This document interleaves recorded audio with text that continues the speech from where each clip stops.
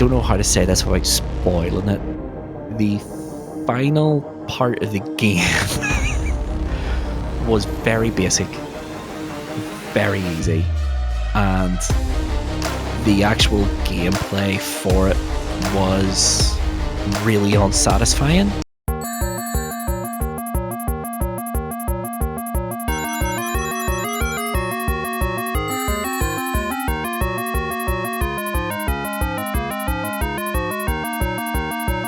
Hi everybody, and welcome to High Scores High Stakes Game of the Month Club for August 2025. And today's game, Tomahawk, this month's game, is a new one. What's happening here? Brand spanking new. It came out, time of recording, a few days ago. Time of recording 3 days ago. By the time it comes out, it'll be about 6 days by the time. Yes. This is like new ground for us now. I think we had a great time playing it. Like a very, very short playtime on this, so it's very concise, very raw. Yeah. Our thoughts and feelings on this aren't fully formed, I think is fair to say. I don't think we're going to be as in depth with our thoughts and feelings on this one as we were with Journey, for example, because we had about a decade to mull over Journey. We've had about 48 hours to mull over our first playthrough in Sword of the Sea. So we're going to deep dive it as always, but because the game is so new, it puts us in this really weird position. We do talk spoilers on our Game of the Month Club episodes. We're not going to spoil anything. The narrative as such, mainly, I think. Broad strokes. We're not going to spoil the narrative at all, because this game is actually the first game from Giant Squid that actually has a defined plot, like that's told to you. Yeah. So we're not going to spoil anything like that. We're not going to spoil any of the big moments in this game. We will talk about the big moments, but we won't tell you what they are, because there is certain things we have to talk about when it comes to these big moments. And we will obviously not spoil any of the narrative beats whatsoever. This is, in my opinion, like Journey. This is more than a game. It is a full-blooded experience. Yeah, 100%. And I don't want to rob anybody of their first time experience, because my first experience of this game was, spoiler alert, pretty incredible. It's a pretty special game. Yeah, it's just the same for me. Whenever, because I streamed the game start to finish on our Twitch channel, and I fully had to hold back every kind of thought. Like, fair enough, as we're playing the game, and I have, oh, that's quite a nice point. Oh, that's quite cool. Like, as it's happening, but as I gather my concise thoughts at the very end of the game, as soon as we hit end credits, I was like, I'm not going to tell you. You're going to have to wait until the episode release. Exactly. You won't believe what happens. Number 4 will shock you. But yeah, so that is the spoiler sort of warning out the way. There isn't going to be any, or as far as possible. I'm not going to spoil a single thing. I will talk around a lot of stuff, because I don't want to spoil it for anybody. I think everyone should go into this as blind as possible. Read no reviews. Watch nothing on YouTube of this game. Spoil nothing. Just go into PlayStation Plus. Download it. It's free. And set aside 2 hours to 3 hours and just experience this game, because it is incredible.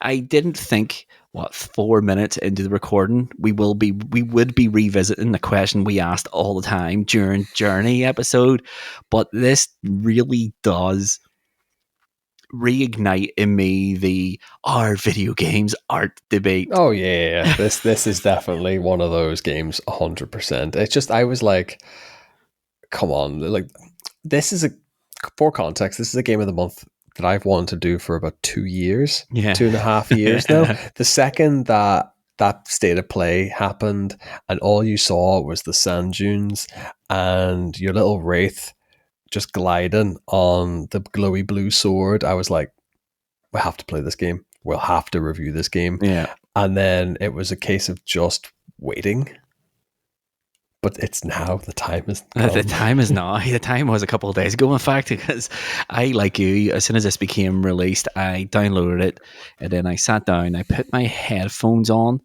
and I didn't move from my seat until the credits rolled. Exactly, yeah. It's just wowzers. But before we get into our thoughts of the game, let's start this the same way we do every game of the month. We will talk about development of Sword of the Sea. And I thought, well, it's brand new. They're not going to tell everybody their secrets of the development. And I was right. There's actually very little sort of information about this game, of how it came about and all that sort of good stuff. It came about the same way as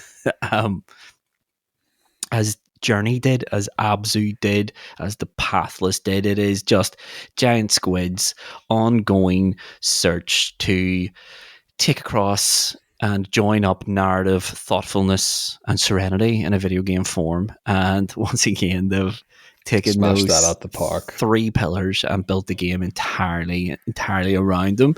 The only thing really that's worth talking about here, this game has been in development for, well, it was announced 2.5 years ago.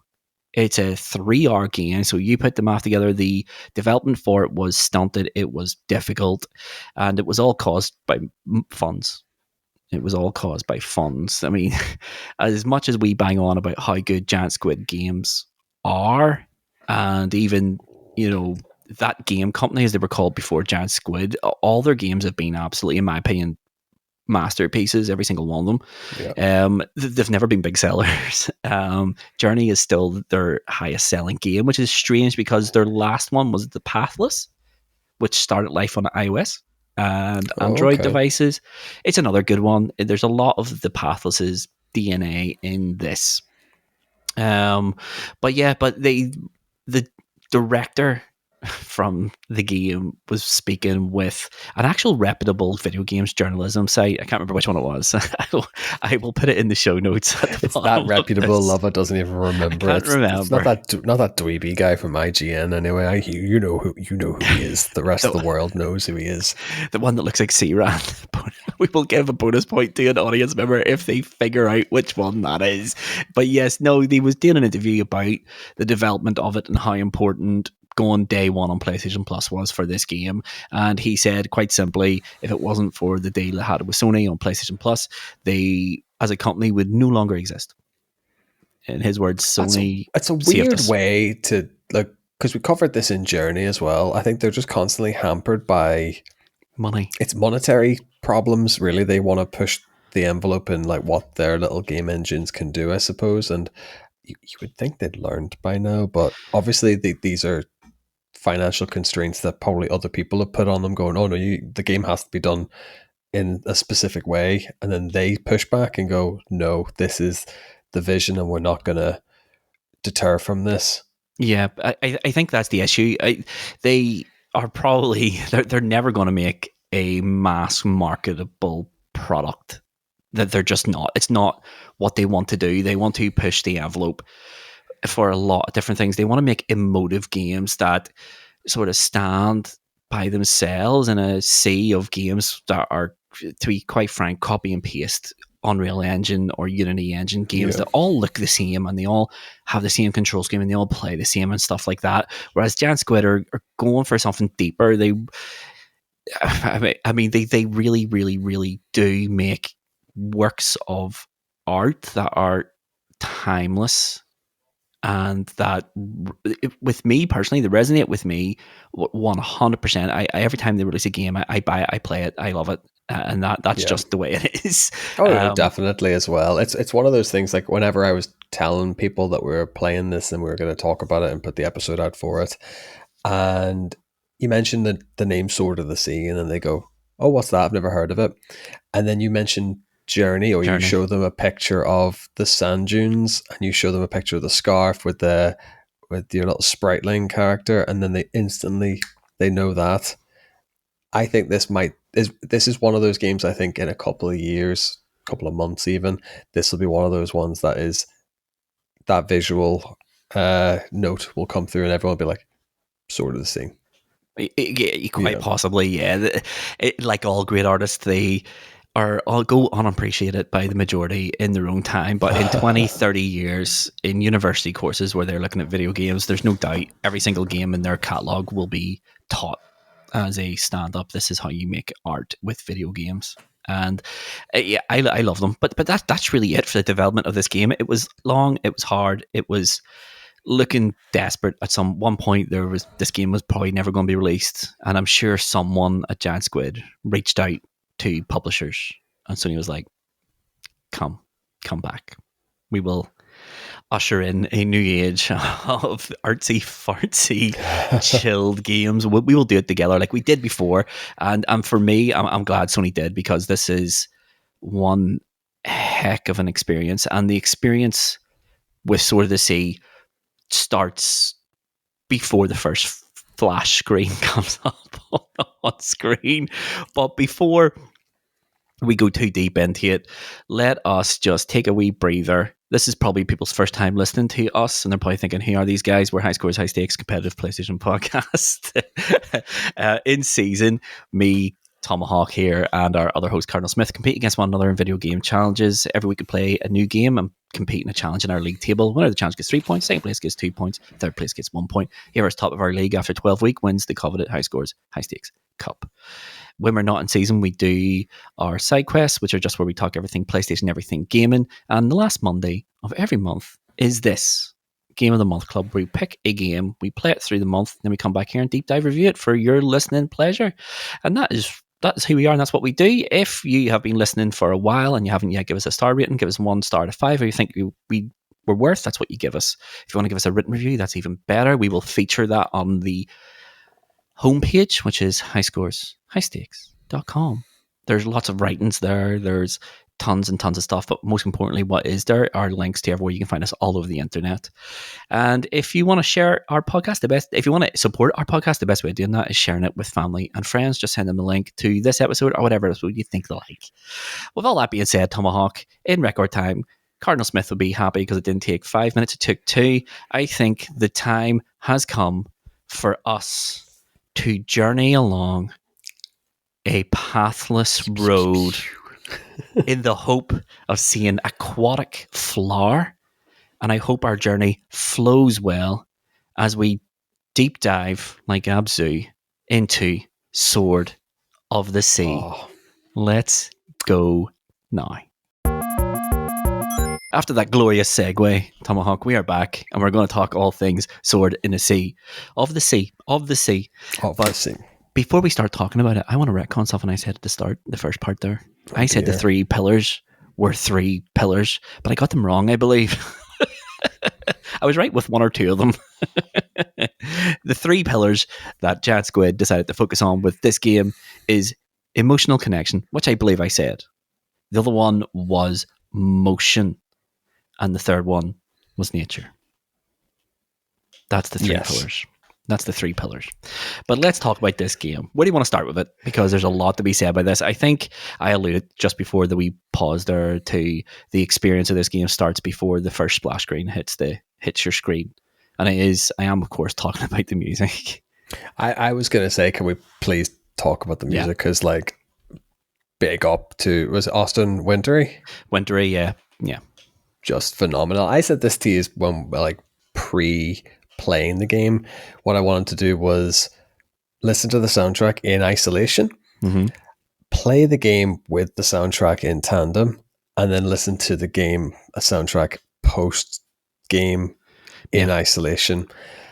I kind of was going into this going, I can, like, I'm hearing Journey, I'm hearing Absu, I'm hearing typical Austin Wintory. Yeah. In isolation, it's really weird because I've never played the game. It dropped the same day.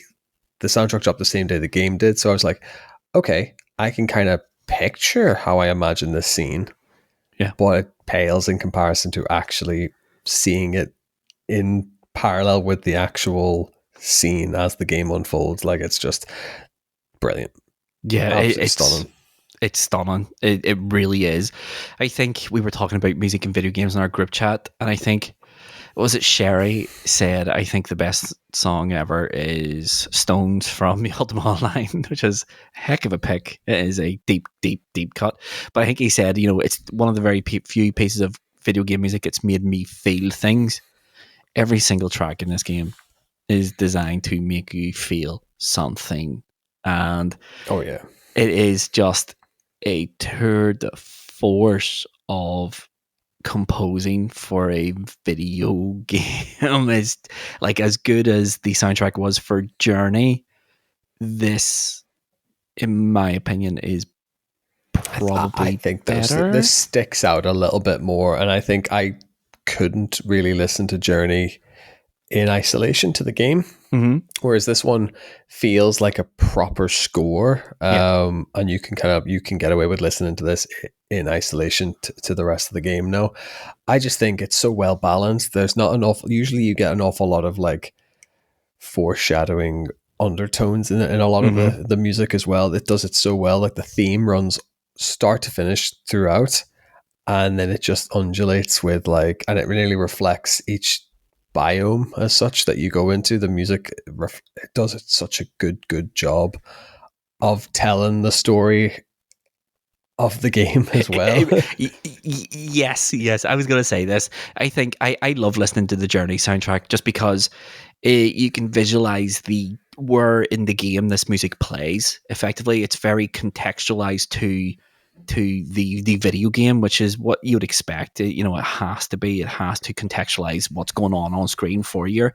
This one is still very contextualized, but there's so much more layers to the music this time. You have the I think they worked with two sort of vocal choirs on Yeah, this, yeah. and they wanted to get across. I was reading an interview. It might have been the same interview where I think it was Werner Herzog, the German movie director. I do actually, yeah. He was name dropped in it because he used to love using monks, like monk choirs Okay. in his movies, and they're like, we wanted to sort of capture that style of vocal work. So they worked with two London-based vocal choirs and just tried to encapsulate like that sense of reverence and holiness in their music. And it whilst the music is really, really, really highly contextualized in the game, and the way they use it in the game is extremely contextualized without spoiling anything, the music swells and dips completely dependent on what the player is doing at that moment in time. But when it swells and when it hits, when you do something big in this game, it is just, I can't even say Yeah. what it does. It is just an incredible moment. People always say the Dark Souls games are very, very, very rewarding because they're so difficult. When you beat that boss, you feel the sense of I've achieved Like that something. achievement. Yeah. This game has no difficulty curve at all. There's none. But when you do something and the world literally changes in front of your eyes, and that The big swell of music music that comes accompanies in, that moment, yes. like you feel a huge sense of accomplishment. I have done something. It is such a strange thing to say in a video game that is this simple, but you feel like you are making an actual difference to this world. And it is something that Journey missed. Journey was all about, it's the hero's journey. You're just traveling through. Point A to point B, basically, yeah. You don't change the world in any sort of main sense in Journey. You do in Flower. Flower is literally a game where you control when to blow spores of plants around the world to repopulate it. This game has an awful lot in common with Flower.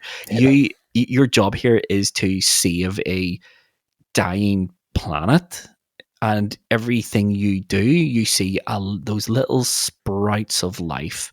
And if you complete the level the way the developers intend you to, by the time you're leaving that little level, it is Completely completely, overturned. Yeah. it's so different, and you feel like I did that, and you feel great, and the music just makes you feel great about doing it. It is such a strange feeling. It really does hit you, and the music plays such a huge role in that.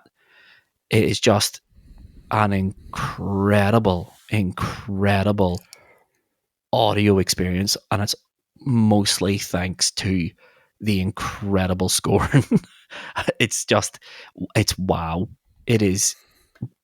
I'm struggling Yeah, I to mean, it say creates what a I mean. great it creates a great soundscape throughout. I think even like in the sort because all these journey-esque games, we'll call them, follow this kind of pattern. We'll say they have this like sense of like rebirth, optimism, despair, triumph. That seems to be the cycle, Yeah, and yeah, they hit those beats really, really cool and really like. And this one does it slightly different, where it's not those kind of four. Kind of goes optimism, despair, optimism, optimism, ultra despair, and then they kind of like build you and drop you in certain elements. Now, I'm just looking at the just that Werner Herzog comment. yeah, Apparently, he heard on a podcast that he'd used Orthodox monks as background scoring for a skating documentary. So it's yeah, like when you hear stuff like that, it's like these two things don't belong together, and yes, it's the music nearly doesn't belong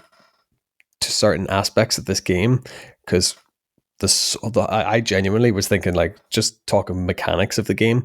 I thought that the sword that your character traverses the map on was purely for traversal, because the game is huge by comparison to what Journey is. The biomes that you discover are massive. they're cute. Yeah, So I thought that was merely your vehicular means. I didn't realize this was like the music was going to tie like. It just seems so different for like these orchestral choirs with this electrical kind of synthy music for a good portion of it, and then suddenly we're skateboarding. We're yeah, like hoverboarding, and I'm like, none of these elements line up, but it's this chaos marriage that just works. yeah, yeah. I mean, yes. I mean, you say as if this has come out of nowhere, Oh yeah, yeah, yeah. I but mean, like, Journey, Journey, you're surfing just on your feet. When you think about it, I think Giant Squid are all, they all like some extreme sport. Some of them are scuba divers, some of them are skateboarders, some of them are surfers, and all this comes into every single one of their games. In oh Journey, yeah, yeah. you glide over the sand using your feet. You're in all intents and purposes, you're surfing your way through Journey. You can pick up speed and glide down hills. There's that great scene in Journey where the camera pans to the side and you're Side surfing. scrolling Yeah, essentially. Yeah, yeah, yeah. No, yeah, that's it. I mean, and it is reflective in all of their titles. To be honest, that their hobbies and yeah, interests. The skateboarding, snowboarding, and like thing is such a different way to approach it. Whereas, like 100%. as you say, just like going like Paul Atreides, going through the dunes and through the sand, kind of just gliding your way through, is a hair different than, oh, I'm just gonna use my hoverboard. Yeah, it is, and it's not even a hoverboard; it's a magical sword. But no, but whilst we're on the topic of like this, the sound, so to speak, of this, my first playthrough of this was with PlayStation Pulses on, Ooh, and I'm sure that listening. was excellent. It was, it was a great way of playing it. But as soon as I finished it, I went back to it yesterday just to play through a bit more of it, and I decided not to put on the headphones, and that's when I realized that they make full use of the dual sense controller, like in every Yeah. sense of the word. They're the haptic feedback in this game is incredible. When you're gliding over sand, it feels very different. But I think I mentioned this in one of our, it must have been Astrobot episode, where I talk about the speaker on the DualSense doing a lot of the heavy lifting for the advanced vibrations. Yeah, yeah. Whereas they use audio cues to trick your brain into feeling what you're walking over rather than it being solely down to the vibrations. Yes. Yeah, This yeah. game makes great use of that speaker, because when I was playing it with no headphones, I wholeheartedly recommend anyone who hasn't played this game for your first experience, do not wear headphones. Do not wear headphones to play this game. Play it without your headphones. Your second playthrough, New Game Plus, play it with headphones.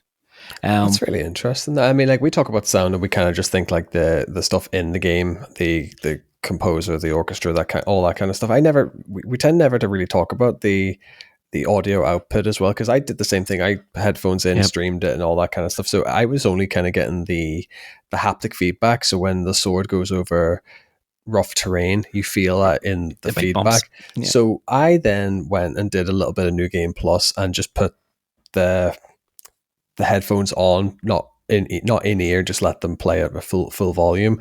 It's then when I was like actually paying attention to the controllers, like, no, they're actually, you can hear through the speaker, and it's not overpowering. It just complements the haptic feedback. Yeah, no, it's fantastic. The whole, like, don't get me wrong, the haptic feedback of this game is incredible. As you say, you can feel the small grains of sand under your board. You can feel the larger boulders and the stones. It all feels different. When you're gliding over ice, it feels totally slick. When you go from like sand to water, it's jarring. Such a difference, and you do feel it. I genuinely haven't felt as good a haptic feedback in that DualSense controller since playing GT7. Agreed. GT7 is probably the absolute pinnacle of how haptic feedbacks work in that controller, and this one has it's subtle, and it just helps you feel part of the world. It's great. Yeah, and it absorbs you. The haptic feedback with the sounds that this controller makes during different materials is just absolutely frightening, and it enhanced my experience. I feel like, and I didn't complete the game in New Game Plus, but I'm very, very, very deep into it, but it has enhanced my playthrough of it, and it's all thanks to that haptic feedback and the sounds coming from that controller. The sound coming from the controller really, really, really enhances it. The sand will make a gravelly, sort of loose sand sound, and combined with the haptics, it just feels like you're walking over sand. And then when you go into the water, the controller, it feels heavier.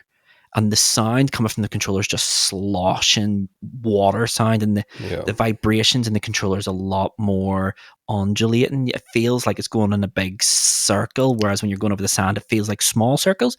And then you have the loose stones, and then you have the ice. And the ice, all the controller does is make like a subtle cracking sound as you're going over the ice. And it's just, the sounds in this game are just so much of the experience. It is so hard to overstate how good the DualSense controller is with Sword of the Sea. It is so hard to overstate how good that controller is. I know I give you stick for saying that the DualSense is one of the most iconic things in PlayStation history. I don't think it is right now. It is 100% going to be in the future. People will look back at this controller and go, this thing is where true video game immersion started. It's not VR. It is this controller, because it is incredible. There are very few games who know how to do it. There are a lot of games I've played where the haptics probably could be better. There are very few games that are so tuned into the game you're actually playing, and it doesn't feel like it's just a gimmick. It, like as you say, it just massively enhances the experience. And there's other games where I played where the sound feedback just shouts at you. Yeah, it just like Guardians of the Galaxy is the perfect example, I think, for that. Whenever you have your comms with any characters, you may as well have the TV at like 100. Yeah, that's how loud it feels. Just takes you out of the experience, really. Whereas this is like, I wasn't sure if I was hearing things or whether or not it was just indeed was the controller sort of giving me, oh, I'm surfing. I am actually like, I feel this sensation of surfing on sand here. Yeah, it's just incredible. And like, we're talking about this, we haven't even started. We haven't explained the plot of this game at all. But it's just. But the music is such a driving force in this game. Such a driving force in this studio. Like Austrian Winter is a reason they use him all the time, because he tells the story before. Yeah, like the music alone tells the story. Never mind the actual narrative of the game. What the game is doing. Yeah, in a weird sort of way, if you listen to this soundtrack on Spotify, which has been up on Spotify now for a fortnight, I think. No, it literally dropped the day the game came out as well. Yeah. Now the problem I would not recommend listening to it on Spotify, because Spotify has those like 10-15 second like visual loops gaps in between. Yeah. And I was watching it and like obsessed, just going like, this game looks incredible. And like, it'll just show you like little bits of the scene that it's from. And then a big old, I say spoiler, but I was like, oh, I now know to expect this Yeah. set piece basically. Yeah. And then takes me out of like when it happened, I was like, oh, I saw that on a 15-second loop on Spotify. That's annoying. Yeah. So don't listen to the soundtrack on Spotify until you play the game, because it will spoil the game. It will spoil some of the big moments. But also, I think it spoils a lot of like the mystery of this game. This game is at its heart it's a heroic journey through mystery. The game has a very understated opening. I don't recall a game from Giant Squid or even that game company where there was such a distinct and explicitly told story, where the game opens in a cave and there's all these like terracotta soldiers, Essentially, yeah. and just water. A water drop falls on one and he comes to life, and that is you. And then the game goes, go on. Off you go, yeah. Like, this is the first time, like, Journey's a funny one because the game for Journey essentially starts with your sprite. But the way the game plays, you get that shooting star at the very end of the game because that is the character, and then you basically you're the self-fulfilling prophecy. You basically jump all the way back and forth in this cyclical loop. Whereas this one just kind of starts and it's like, you're the chosen one, get on with it. Yeah. But, yeah, effectively the game doesn't give you any guidance at all. What this game absolutely excels at, though, is giving you enough contextual clues as to where you're meant to be going. So in the opening scene, when you awaken, effectively there's one path and it's directly in front of you. Oh yeah. And then you go through the door and the world is just in front of you, and the camera does this really lovely pan to, this is where we're going, go there now. And you can see that through most of this game, through about 90% of the playtime, you can see the final destination of this game. Yeah. But throughout all of its little biomes, there's a lot of puzzles to solve in this game. It's very puzzle heavy. But the game does enough it never tells you what to do. There's no big arrow over your head. There's no mini map. There's no drops on the map. There's nothing to guide you. But you just know where to go based on all the contextual clues the developers give you. The player agency is, I will shout at it at one stage of a game I did get stuck for longer than I would care to admit. I think I know what part you're talking about. And I think you're a fool. Well, they do this really well of like guiding. They trust the player to go, this is the direction I need to go. But when you get to the big open sections, they trust the player to be able to use their eyes effectively and go, well, look, here's the central part. And then the first biome is the door with the two sets of chains. Yes. So player me instinctively would go, well, let's follow the chains to see which way they take me. And I think they earmark an awful lot of stuff to do without going, here's a big waypoint, just get on with it, basically. Yeah, in fact, they do not want you to do that. Yeah. This game is designed around moving through the world and just exploring the world. I did exactly the same as you. I saw, oh, there's a big chain, let's follow that chain and see where it goes. And it brings you to the next part of the level. Effectively, it always brings you to puzzle rooms that you solve to progress the story, but there's everywhere you go. So I think I talked about this in Ratchet and Clank. I am a big believer in goes, this is where the game wants me to go. What happens if I go in the opposite direction? What will I find? You find a lot everywhere. You find so go. much. Yeah, that's what's so handy about these like big biomes. And I think Journey does it in the very first one, particularly, is it allows the player to get their, not so much their bearings, because there's really effectively only three ways to go. It's chain 1, chain 2, and then the exit. Yeah. But this allows the player to be able to go about and go, here's how I do my kickflips. Here's how I do just general maneuvers. And let's just, the nosy player like us, like we usually are, let's go find swag. Yeah. And it's everywhere. It's absolutely everywhere. There is currency everywhere. There's hidden collectibles, the little white shells to The collect. the frogs as well. There's an awful lot to be. Yes. There's an awful lot to be found in a lot of these biomes, and I went through a lot of sections in this game thinking, all right, that was pretty straight linear moment, and then realized that I've like in New Game Plus, I went, oh, I missed everything. Yes, yeah, I was the same. I was the same. There's just so much to see in this one, and there's so much hidden stuff, and like absolutely everywhere. And some of the hidden stuff only appears when you step on the platform. For example, it will be totally invisible, but there is a pathway to it, so you will naturally gravitate because you're enjoying the movement in this game so much.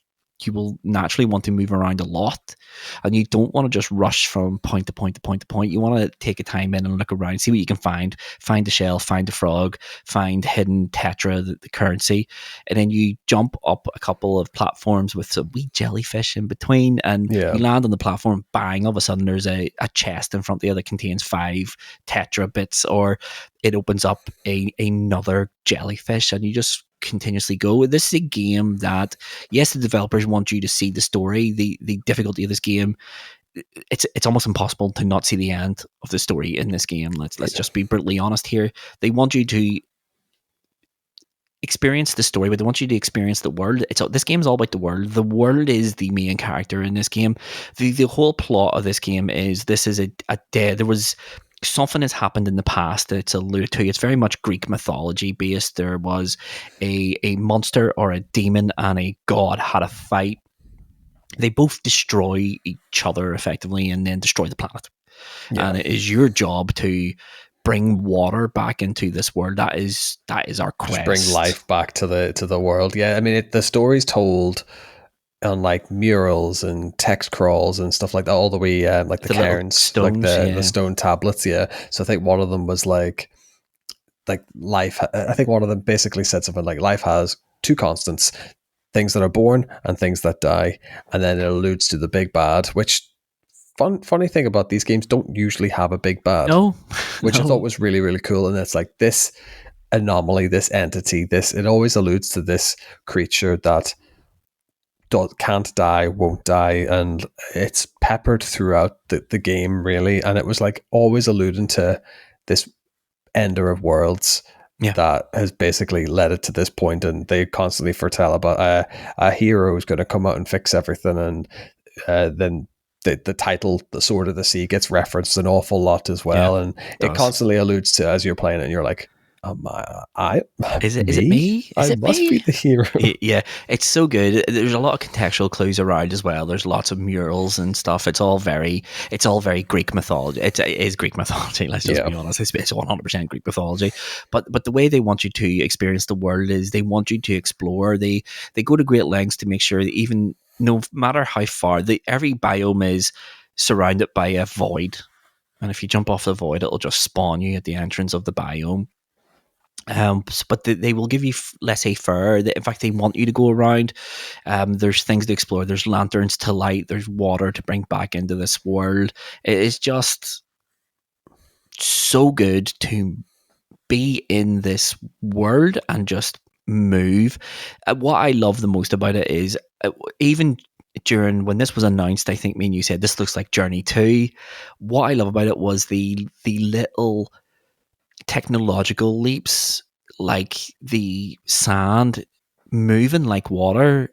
It's constantly in waves, and I always find me looking for the biggest wave to jump off to do tricks and all absolutely. Sort of I constantly was just like, right, let's get a good point break. Essentially, let's get a good crest. Let's get a good launching point, because the one thing that was really different when this game was announced, and I distinctly remember seeing this in like an early access review type thing. It was like they didn't want to make this as snowboard like trick heavy. They didn't want to make it essentially Tony Hawk. But it found its way in that you can't help but you want to. You can't help but do nothing but tricks and flips, and like as you progress, like the tetra that you can collect, you can give to the merchant. I just branded him as the merchant, and every time I walked up to him, he was like, "What are you buying?" Do you think that the merchant was a male? I thought it was a female. My natural inclination was just the merchant from Resi 4. See, but through my playthrough, I wanted to help her because she reminded me of like an elderly woman, and I just wanted to help. So I was just giving her all my Tetra. So that's a funny one. That is something that didn't even occur to me until you said it. I was like, okay, Tom thought that was a man. I think it's a woman. So this is the power of the interpretation of the giant squid game. It's just, are we both right? Are we both wrong? I just thought it was like but that's it. I was like, well, the game obviously wants you to do this, so I'm gonna like reward this. I want to reap the reward of this over a multitude of playthroughs. Let's be quite honest, because I think it gets to a point where it's like, oh, your next unlock is at 5,000. Yeah, it will take you a full playthrough to probably get about 5,000 Tetra pieces. To be quite honest, but it rewards you with like being able to jump higher. Maybe you can do like a drop. You could, what's that thing in Tony Hawk where you drop, an acid drop? You can basically do that as well, and you can earn boosts and you can earn like higher jumps and stuff like that. So it helps you in that aspect of the game. Yeah. It helps you move around. It helps you move around. But that's it. Like, this is the one thing. The one part I did get stuck on. It was like, it was so not obvious at the time, but until I saw someone else do it, I went, man, I would have just been lost in the world, just enjoying myself and trying to like platform my way around and spam the kickflip to get onto ledges. Whereas I was like, you forget your greatest asset in this game is your board, is your sword, is and it was so clever. It was such a moment that I was like, okay, maybe the player agency is a little bit not so great in this game. No, it is. There's what I love most about this game is all the levels are very, very, very different, but there's a very distinct, there's lines to move through if you just want to continue the story. There's obvious lines that it wants you to surf through in order to get to the next waypoint, to get to the next thing that's going to happen, to get to the next level, to see the next piece of life that you're bringing back into this world. I just, one of the three pillars is environment and motion. This game just smashes those two pillars out of the park. This game is all about the environment, and it's all about moving around the environment, and it really wants you to invest in that. All the upgrades in this game are designed around getting you moving around the environments and seeing everything that they've placed everywhere, because there's stuff everywhere. There was seldom a time in the game where I wasn't moving, even when I was trying to like look at the environment and look at my next like move and see where I'm meant to go to get a puzzle complete. I'm either running in circles and using the right trigger to pan the cameras around, or I'm doing tricks and like looking around and going, well, I must have to go here. There was never a time where I had to stop and go, right, let's have a look at let's have a look at what I'm doing here. Yeah, I'm with you. There was times where I would get to the highest point of the level, stop, and just rotate the camera, looking for what next, what else, where else can I go, what else is there for me to see, and just see if I can see anything. It's just a glorious, glorious, glorious game, and there's moments in this game, pretty much every biome, if you don't go directly to the end point after doing the puzzle to get to there, they all have these lookout points where you can see the next level. Oh yeah. Genius. It reminded me of Dark Souls 1, where you can go to, you can see the Firelink shrine from everywhere. But this one just shows you the next level. This is where we're going next, and it has a great sense of foreboding. It does a great job of making you excited to see what's happened, but also a wee bit nervous because you don't know what's going to be next. It's just a great, great, great game for bringing you through the story and bringing you through these beautiful, beautiful, beautiful environments. One thing we haven't talked about is the graphics in this game, Tomahawk. Yeah. Is it the best looking game I've ever seen in my life? On a technical level, absolutely not. But is it an absolute stunner from top to bottom with one of the most beautiful art styles I've ever seen? Yes. Given what Giant Squid do, that game company did, that aesthetic, that's unbelievable. Nailed. We talk about how we were like, oh, this is just Journey 2.0. Fair enough. There's like 12 plus years between the two games. You can tell this was tailored for the PS5 and PC. Yeah, you can. I would say if we took, it's my season-long challenge episode for textures, and I took the picture of the journey sand. Mm-hmm. I would say if I did this in like a photo mode for the like, you're seeing individual grains. Grains. That's Oh, how 100. it's so. It's such a simple looking game, but it's so in depth, and its detail is captured like phenomenally. It's But conviction. it's done it in every biome. Um, when you go from the sand to once we leave the sand, that journey motif does pretty much end once you Yes. leave any kind of desert biome. Once you got to like lava, that genuinely was just like you're seeing like graphical stuff. You're seeing like the embers emanating off onto the player, onto the board, and it's so beautifully done. It's purpose built for that console. Like, Yeah, it's a stunner. It is a stunner. The art style in this game is just absolutely beautiful, and it never got boring.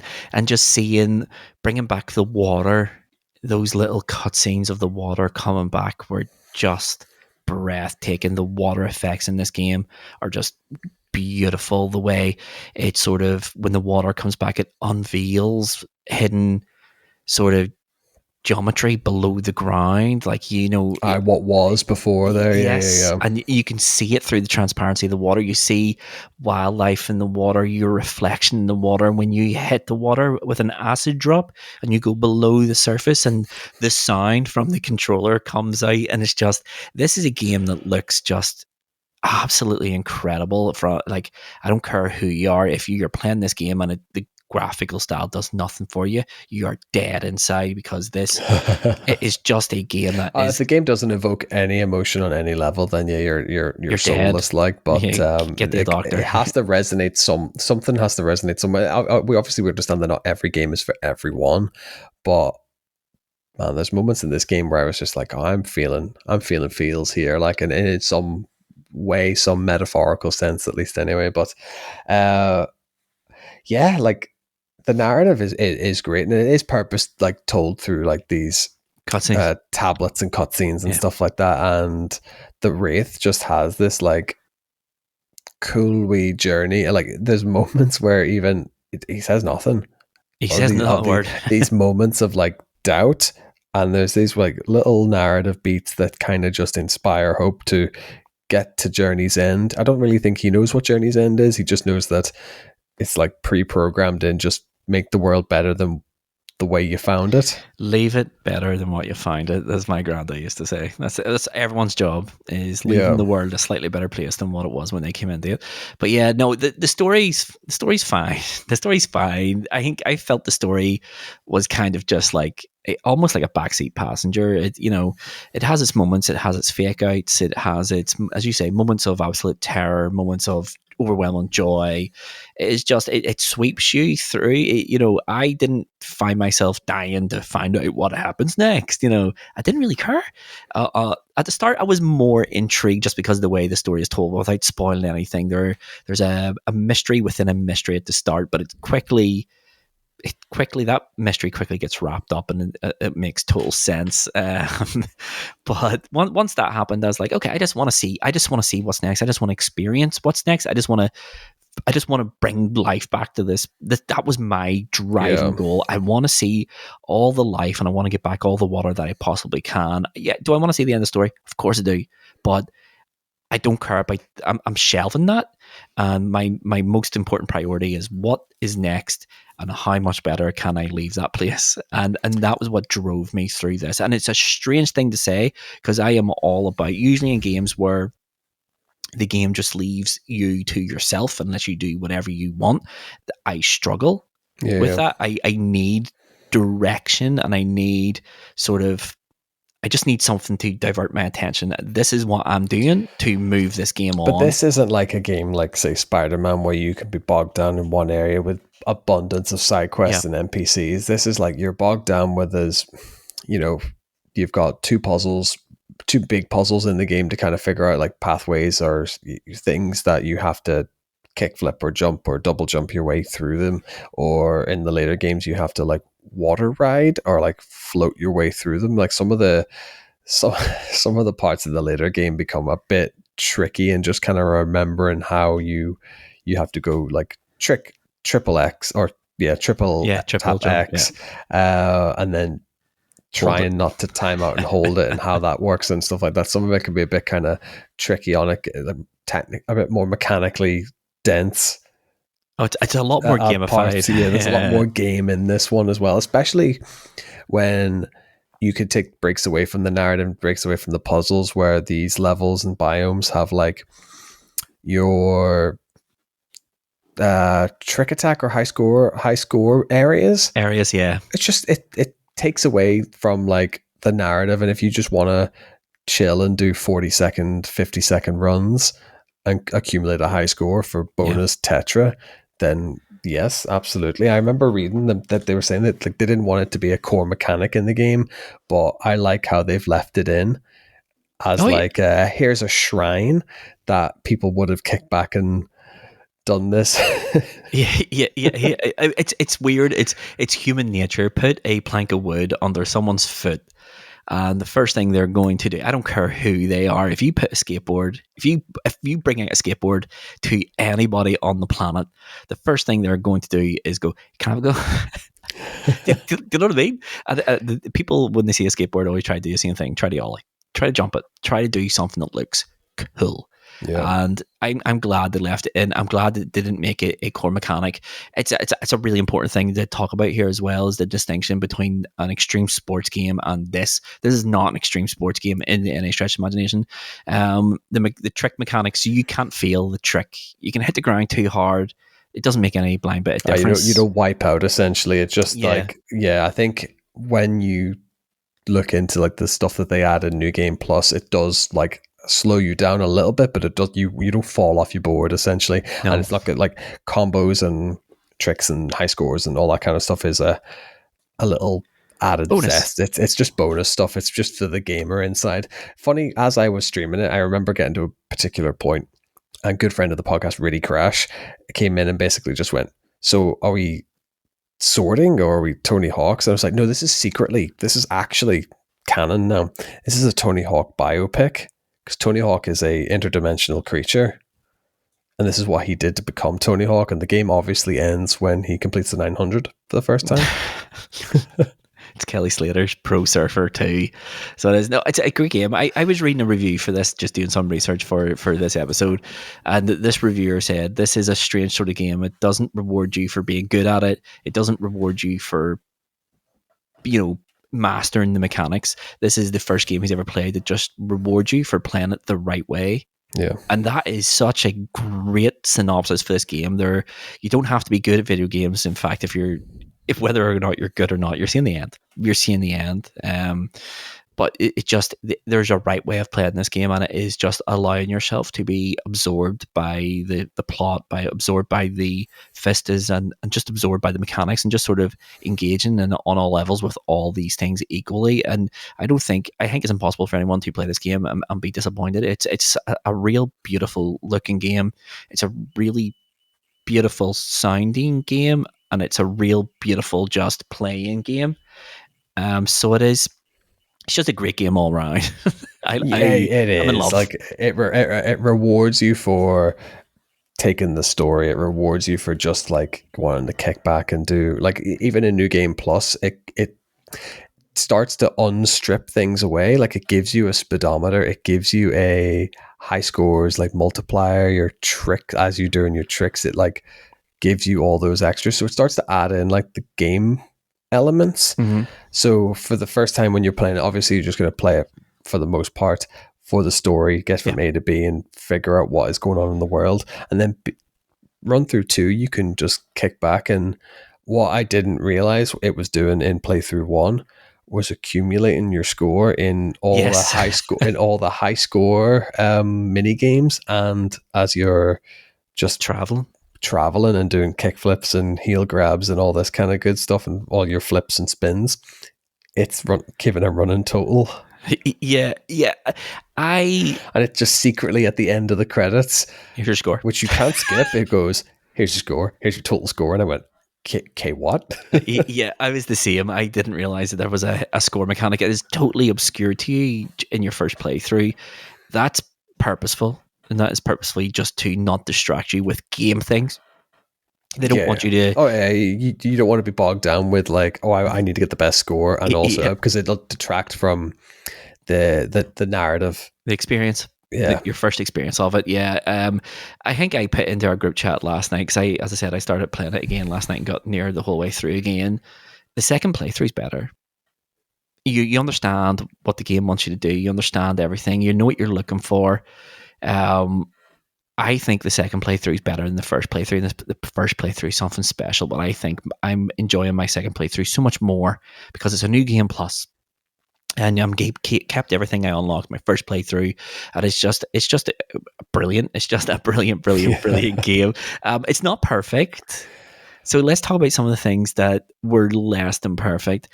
My one is because this game is so designed around free flowing movement. The controls are very loose.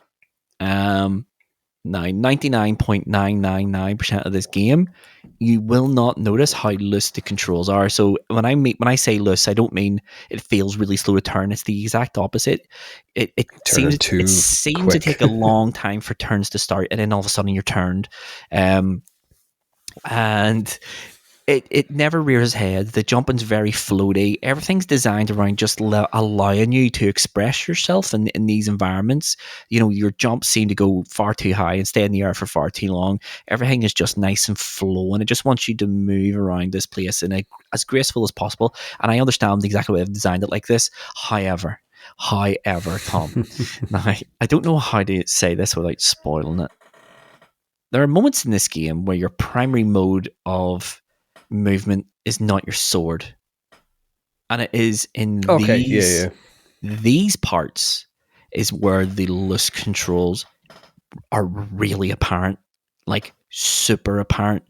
And I find, as much as I loved those parts, the first one in particular wants you to be very, very, very precise with things, but it's Yes. extremely difficult to be precise when the controls are the way they are. When Now, you oversteer so quickly to when they expect you to do what you need to do. Yes, I think I had that.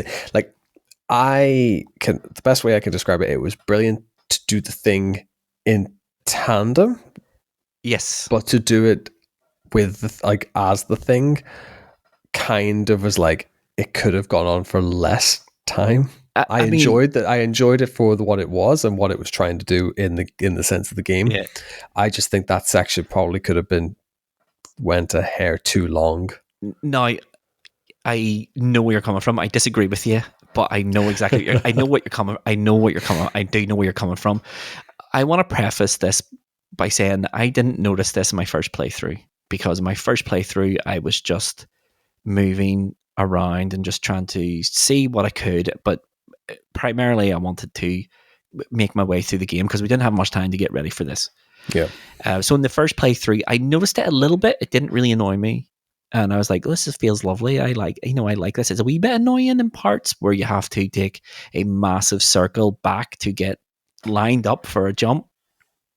In the second playthrough, that I wanted to get all of the water in every section. Everything locked off. Yeah. Some of those wee jumps are a nightmare in this thing. A nightmare.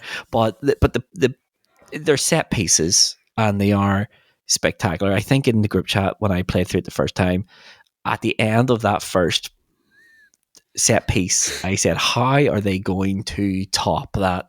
And there is another one later on in the game that absolutely tops it. And I was like, oh, I see how they're going to top this. I think it's so different though, because like the first time is so like has a certain grace and elegance to it the whole way through it, whereas the second one is just like pure aggression, speed and aggression, and it just flowed better, especially in the second playthrough. It felt a lot better. It has the same sort of issue of the turning speed being too erratic to be precise, but I get why they've done that. They just want you to move around this place as graceful as possible. If you're not worried about getting all the water and seeing every little crevice and stuff, these parts they flow so blooming well. They are they are incredible to look at. They are incredible to play, and it's just a great moment. The music for the first one is just some of the best video game music I've ever heard. It fully reminded me of Journey, where you're going like it's that moment where it takes you from optimism into despair, and it is funny enough, it's told by the setting sun. The story's also told, Yeah. like the music shift is told by the sun going down as well, and it's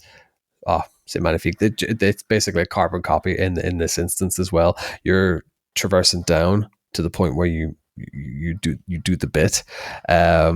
It's so weird trying to not to do this I without know. like spoil it. Like people who have played it will know exactly what we're talking about. If you haven't played it, go play it. It's the end of story. Yeah, you're just. I liked doing that scene in tandem as opposed to actually going and doing it, as the thing. Yeah, I know what you mean. Yeah, yeah. It's like that. For people who haven't played this game, it is like Not going to make any sense.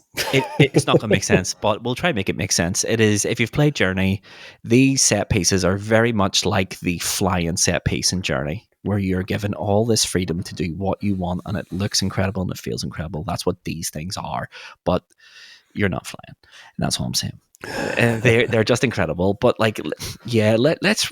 I think we're really coming to the end of this, or it feels like it. Anyway, I could talk about this game all day, but I don't want to talk around in circles, and I appreciate people's time, and I don't want to keep them listening to me ramble on about a game that I absolutely adore. Here, another thing I want to talk about is, and I don't know how to say this without spoiling it.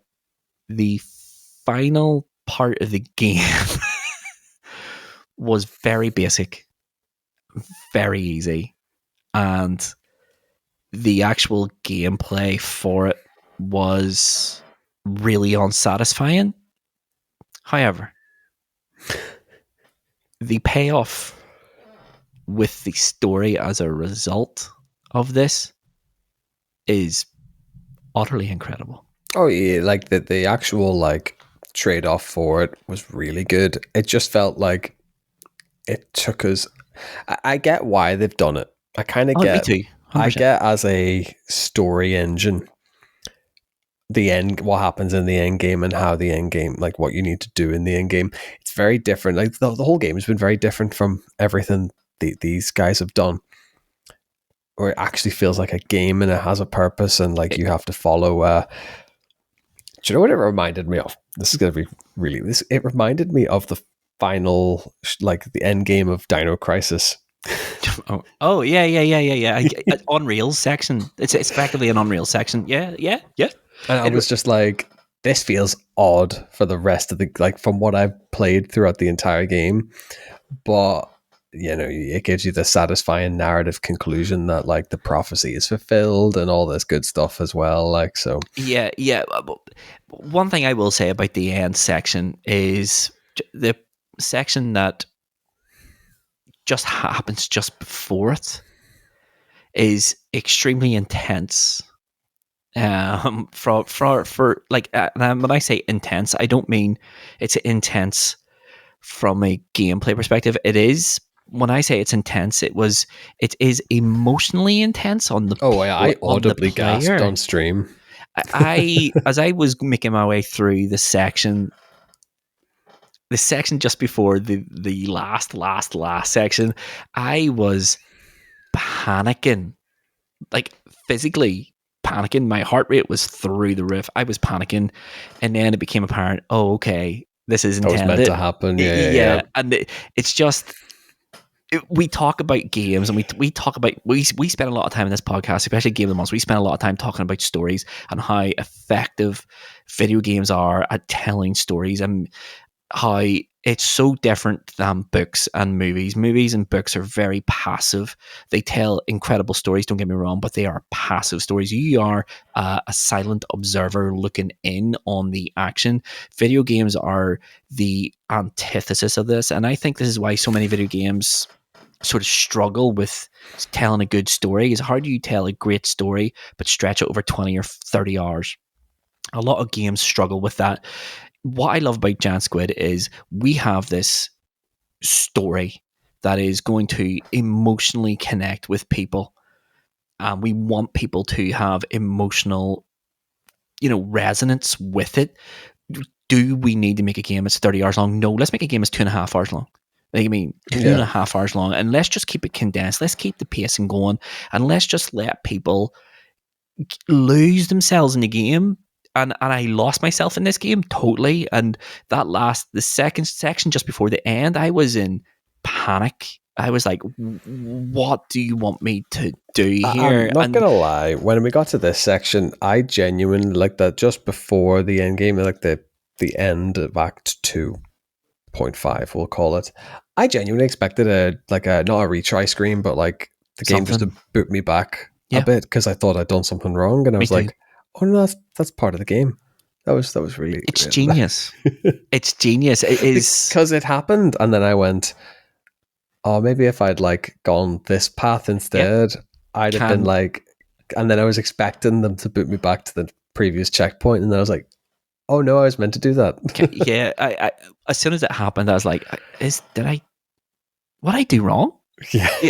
You know, no, it's just so brilliant. It is a feeling that you can only get from video games. You can't get that anywhere else. There's no other medium on the planet where you can get that raw emotion of disappointment. It's crazy. I realize how crazy I sound, but I was disappointed in myself because I felt like I had failed the little avatar on screen that. Oh yeah, because like you can throw the wraith off the map by accident. And it has no ramifications. You just instantly Whereas respawn. like this one, I genuinely was just like, oh, god damn it! It's such a good it's such a good The precursor emotional to. trade off was quite good though. When I came back, I was just like, oh, I know that was meant to happen. It's such a great moment that I think gets let down by the final section of the game. But as I said, the emotional payoff at the end of the game is just one of the highest highs I have ever felt playing a video game. It was just I don't want to say this, but I can't think of a better way of expressing it. It is the perfect end to your story, not this character. This character is no longer a character. This is you. Yeah. But it is a perfect end to your story in this game world. It made me feel like Journey did when the first time I played Journey. I felt so happy. Not that the game was over. Yes, obviously the game is over. I felt so happy about what had happened within my time in that world. Yeah. And I sat there with my headphones on, just watching the credits, listening to the absolutely beautiful music it was playing. And I was just thinking about it. It's not very often I play a game where I go to bed and I think about it and I dream about it. I had a dream about this game. And I haven't stopped thinking about this game since I played it. I played it again last night. I really want to play it again, right now. It is just, there's just something about what Giant Squid do in their games. This game, if you're looking for a point of reference for this, if you've played all their other games, that it's closest to the Pathless in gameplay style. It's very fast, it's very flowing, and it just moves you around. It feels like the Pathless more than any other, but it has the emotional impact of Journey, and it has the beautiful sort of art style of Abzu. It is just like the culmination of over a decade of work for these people, and I think it's paid off spectacularly well. I think absolutely. I said it in the group chat straight after. This is in the talking. This is in the talking for my game of the year. I think it's incredible. Incredible I really do. scenes. I think it's do. We still no, like I genuinely think it might be too niche is my only thing to be in the conversation, but like I get exactly where you're coming from. This is like we seldom get to play games that come out in its year of release. Yeah. Just that is a matter of fact in the podcast. Like I think my total at the minute is about 3 games. So yeah, that conversation we're going to have about 5-6 months from now is going to be a short one. I agree. As it stands. I agree. I have played 4 games that released in 2025 and 2025, and 3 of them are ineligible for Game of the Year. So yeah, so it's a funny one because like I would fully put it in that conversation, but I know where the powers that be who make these decisions, I know where their brains are going to go. Oh, and I think this will just slip under their radar. I think just the uninitiated. I think that's the way I could describe it. Yeah, this game for me, is right up there. It's it it will be at the front of my mind come Game of the Year discussion times. It's my front runner. As of right now, this is my front runner for Game of the I Year. did like the little chirp feature that they seem to they Yes. like to bring in throughout the game. I was expecting, I think this conversation was happening like the day before the game released as well, was are we going to see some sort of co-op feature or like a Yeah. drop in drop out kind of the way Journey did? And I'm kind of glad they didn't, because it wouldn't suit the rest of the narrative of the game if you had like a drop A in. partner. Yeah. Yes. There was a point in this game where I was like, okay, so this is how they're going to do like the multiplayer aspect, and I thought that it was going to just open and then like Journey did just at the end tell you this is who you played with, but as the narrative went on it became quickly apparent, no, this is This is just going to an be isolated NPC. solo, Yeah, solo I adventure. loved it. I loved it because it made it feel Journey was all about numbers. It was a numbers game in Journey of throw bodies at this job and we only need one to make it. Yeah. Do you know what I mean? So like that's what Journey's about, because at the very end point of Journey, when you're climbing up the snowy mountain, there's all the graves and all the dead bodies and all the scarfs in the air and stuff. So this was a numbers game. The gods in that game were just throwing numbers at it, and Yeah. all we need is one person to survive. That's it. This one felt very deliberate. It felt like you were deliberately picked for this job because you were the one who was going to see it through.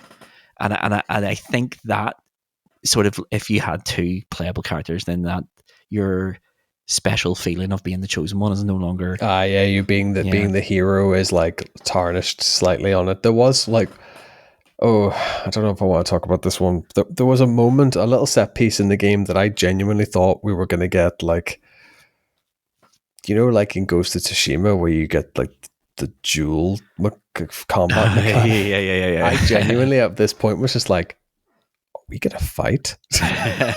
Yeah, I was. And then it kind of faked out on it. I was like, oh no, we're friends. Yeah. Okay. Yeah, and what I love about this is during the game you chirp at lights to turn them on to get water and stuff like that. But this is a completely silent game. All these cutscenes, and there is cutscenes in this game, which is incredible. Yeah. But all these cutscenes are silent movies. There's not a word spoken, but the characters are both wearing masks, so emotive isn't the word. It's the way they're animated. You know exactly what the silent conversations are. And it all makes sense, and it makes sense instantly, and it resonates within you. You feel something about every interaction with everything you have on this in this game. It's just, I've never played a game, Tom, right, where some of the shining moments was just being present when something happens. So something swims past, and you just happen to be standing at the right place at the right time. Is just a very, very, very special game. Anyone who sees our Instagram shorts would have seen that one of the clips I put up on it, and it was just like that moment where I'm innocuously doing kick flips and front flips, and next thing you know, the big set piece thing happens, and I was just like, I'm glad I was doing what I was doing when that happened, because it just kind of elevated that in a really silly way. 100%. But I was just like, that made my mundane thing pretty special. Like my PlayStation 5 is full of photos of just orca whales swimming through shoals of fish, and I just happened to be standing at the perfect spot to capture a great photo. It's just a great game. I've never, apart from Journey and Abzu, I've never played a game where I was just happy to exist in these in the moment of it, and enjoy all these. And because it's a single player, they're your private moments. I was going to share all these photos, and I was like, do you know what? No, because one, I didn't want to spoil anything for anyone else, and number two, they're meaningless to other people. I look at those like pictures, and I know exactly what I was doing and why I took that photo at that particular moment in time, and it's a weird thing to say, but they mean something.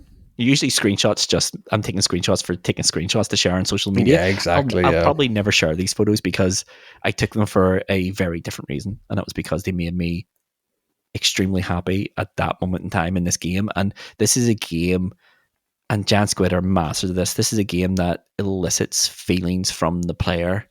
It makes you happy. It makes you scared. It makes you nervous. It makes you overjoyed. And just you are totally unaware you're feeling all of this all the time. And it is just an incredible gift.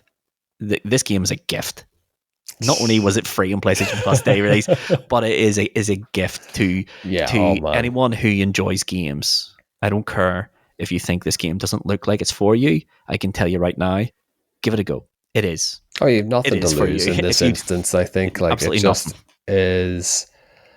They've hit it out of the park. Unbelievable. The message, the metaphor. Like sometimes you can't do these things alone. Sometimes it is okay to lean on someone. And I think that's even quite good in like the character animations as well. It's like there is an awful lot of being lent on, and there's an awful lot of hands out pulling each other onto whatever it might be, and lifting each other up. And there was an awful lot of like.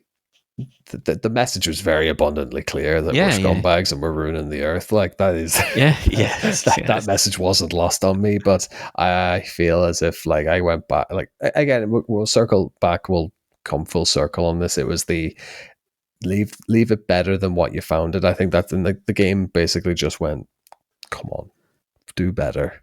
Yeah, and I think that was my thoughts leaving this game. I think we've done it in the game. And does it translate into real life? It should. I guess. It should. It should. All I'm going to say is my recycling bin this week is going to be more full than it usually is. But on that, I think that's perfect. It's a perfect place to end it. Leave the world a better place than what you find it. That's the lesson for everyone here. God, we're going to stop reviewing these games. I think we're going to stop doing ones that have messages. Can we just review Doom next time? Game of the month for September is absolutely. No, I'm only kidding. Let's put this on the high scores, high stakes tier list. My score is going to be no surprise to anyone. This is S tier all day long. 100% best game I played this year by miles.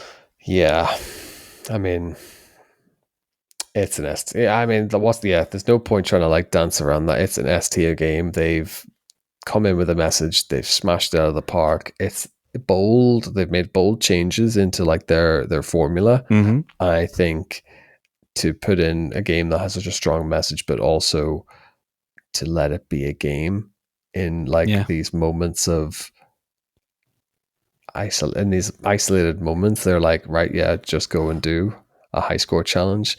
Go and do essentially go play Tony Hawk for a bit. Go be by yourself. It's okay. Just enjoy. Yeah, it's like you don't have to be like narratively bogged down. Just go and take a wee break, take a wee breather. What I would have, it's one thing I will say actually on a negative. Can we have a patch in the game where you can just do the high score challenges? I mean, so I don't have to go looking for them. All we can do is ask. That's all we can do. But yeah, so S tier from both of us. S tier. Absolutely. Would you like to, funny enough, when we were doing this in the group chat, and Mr. John Sherry, RIP, GBNF. He's not dead. He's not dead. And Cardinal Smith both sort of gave their thoughts on the game as they were playing it as well. Would you like to hear their thoughts as we absolutely. So Cardinal Smith said he played this game for the first couple of chapters. I imagine he's finished it by now, but he described it as it's made him a little bit sleepy. Okay. I don't really... I asked him to elaborate, and then Cardinal Smith, being Cardinal Smith, just didn't reply. Ignored you. Reply to the message, Cardinal. Mr. John Sherry's notes, however, struck me as a man who kind of just forgot he was taking notes the whole way through it. So he starts off and goes, the dual sense use is incredible, smooth on water, rough on sand. We have touched on that, and he's absolutely right. The resonant usage of the lanterns to unlock your secret areas is very intuitive. I thought it was, that's always been the case. I think in all these games, it's always like something to light the way or something to reveal these hidden paths. I think it hits the nail on the head. It was absolutely perfect. And then in block capitals, he went, you can ride the orcas? Yeah. I love it. So this strikes me as a man who forgot that he was taking notes after Act 1. Yeah. I mean, all I can say is John Sherry put an awful lot more effort into those notes on chapter 1 than what he ever did in any challenge he ever competed in this podcast. And It's fair. do you know what else he's going to put no effort into, Tomahawk? The wrap-up sections. Let's get there now. And that is it, Tomahawk. Another game of the month discussion all wrapped up. I don't know if you've noticed, this is the 8th month of 2025. That this is the 8th game of the month episode we've released in 2025. We're knocking inside the park. That slight change of schedule that we made all the way back in January has paid off dividends. But we have reached the end of another one. We will announce the next game of the month. Do you want to do it now? Shall we do it now? Let's do it right now. Okay. It's Gran Turismo 7. Guess who picked September's game of the month? Yeah, it's Gran Turismo 7. Game of the month for September is going to be Gran Turismo 7. Cardinal Smith's pick. It's only fair. Don't mind. I think it's quite nice. Cardinal's justification for it was really nice as well. It's like, we did a challenge on it. We only kind of micro talked about it. We did, yeah. I think an hour of dedicated GT7 could be quite good. It gives me a reason to re-download and play it again. I mean, I'm going to have to delete everything off my PlayStation to accommodate it. 130 gigs at this point. Again, like, it's massive. But yeah, I'll have to delete Diablo 4, I think. This is like, definitely Cardinal's trick of play games with me. Please. This is it. He just wants people to beat in an online race. Just jokes on him. We're going to smash him. I have a sipped up mini. Let's go, Cardinal. Me and you, 1-on-1 in Brands Hatch. Let's go. But yeah, next month's game of the month is Gran Turismo 7. Just to wrap this episode up, we'll just quickly go over how you can support us here at High Scores High Stakes. And that is by giving us, if you're listening to this on a podcast platform, give us a star rating 1 to 5, whatever you think we're worth. That's what you give us. If you want to give us a written review, that's even better. If you're watching us on YouTube, please like, please follow, please subscribe, please leave a comment on Spotify as well. But the best way and easiest way to support us is just hitting that share button and sharing the podcast with a family member or a friend who you think will like it. And if 1 hour isn't enough High Scores High Stakes to fill your week, highscoreshighstakes.com. Please go there and just follow us on all the social medias and interact with us anywhere we are. And I'm going to leave the listeners with a question. So leave your answers in the comments below. What is your favorite sort of game with like art house game? What is your favorite art house game? What if someone said to you, I want to know if video games are art, what is the game you're recommending to that person? I want to know. I'm curious. It's Journey. Interesting. Or this now. But with all that being said, I have nothing left to say, Tomahawk, except I've been Mr. Luvva Luvva. This has been High Scores High Stakes Game of the Month Club. Thanks for listening. We'll see you next month. Love you all. Bye. Bye.